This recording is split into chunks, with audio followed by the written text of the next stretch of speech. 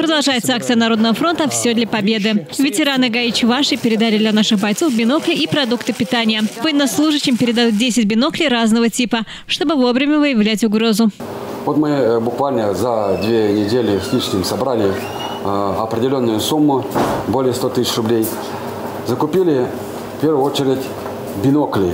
Почему бинокли? Многие наши ребята участвовали в горячих точках.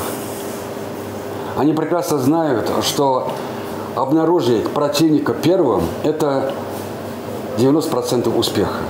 А сегодня там, на фронте СВО, ведь враг использует в первую очередь беспилотников. Они сейчас используют разные типы. Больших, да, видно, маленьких не видно. Поэтому мы исходили из того, что ребятам нужно на фронте, на передке, нужно обязательно хорошие бинокли. Вот и закупили такие бинокли, чтобы они могли видеть. Мы сами посмотрели, да, даже маленькую птицу можно видеть давно, издалека. Это уже плюс.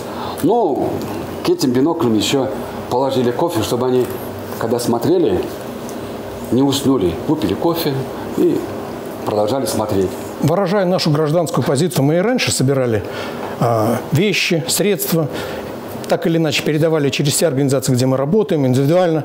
А сейчас мы просто вот это имущество передаем наши вооруженные силы, нашим бойцам, в полной уверенности в том, что это имущество пригодится им в выполнении боевой задачи.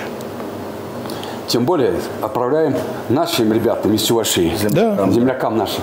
Но я поддерживаю полностью вот нашим коллегам, которые мне сказали, тоже давай высылаем эти вещи только за победу. Удачи вам, ребята! Да. За победу!